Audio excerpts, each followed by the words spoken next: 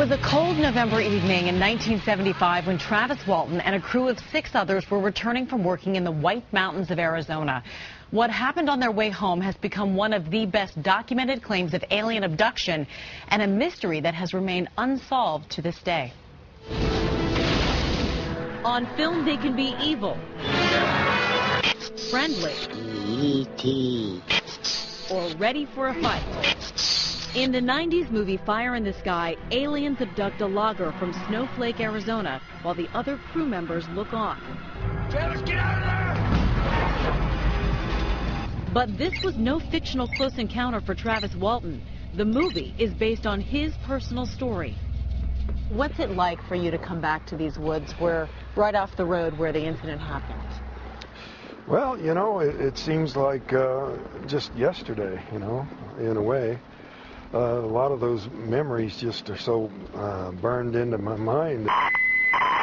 So tell me what happened that night. We worked till almost dark, and we loaded up our equipment. We're headed out of there. And there's 7 of us in the truck.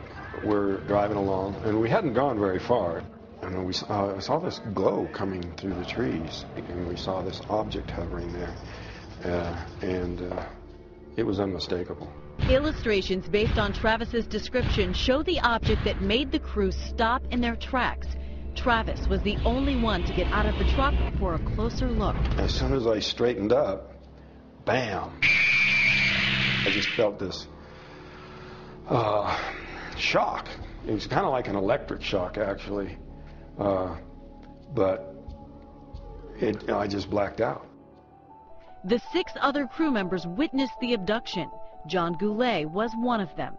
To be back out here again like this, that makes me kind of scared now. And you said you saw Travis lifted up in it. When I turned my head, he was crouched down like this, and when I looked back, he was kind of spread out.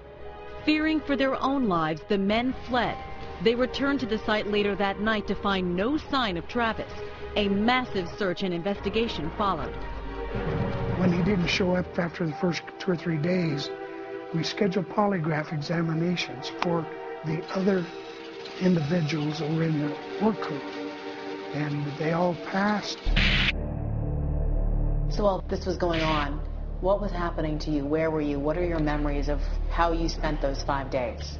My first memory after blacking out was I was regaining consciousness very slowly. The instant that I saw these creatures and realized where I was, I just went crazy with fear. They had these huge eyes that just seemed to look right into me in this really unbearable way. How did you know it was real and not a dream? You know, they say pinch yourself. Well, I was feeling a lot more pain than that. So, yeah, it was very real. 5 days later, Travis returned. And then you woke up where? I woke up, I was lying face down out of doors. I could recognize this piece of highway as being outside of Hebert. You know, I ran down in here, and it took all the strength I had left to make it to these phone booths.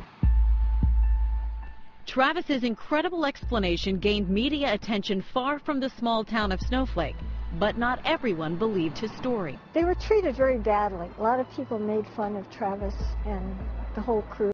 Does it bother you that people don't believe you?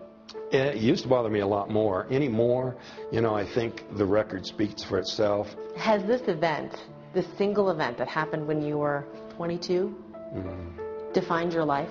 Yeah, it defined my life for me, regrettably. If I had it to do over again, I'd never get out of the truck.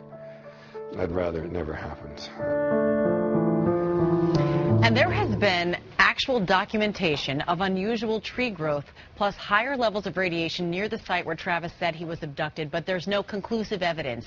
However, speaking to the people there in that small community in Arizona, they are more likely to believe the story today than they were 30 years ago. In fact, Travis and some of the men who still live in the area say that, you know, before they were ridiculed, now people say, you know what? I believe it. Is it because of the movie, though? It's not just because of the movie. It's because we know more about space and about planets and what's possible out there. 35 years ago, there were a lot of things that seemed impossible.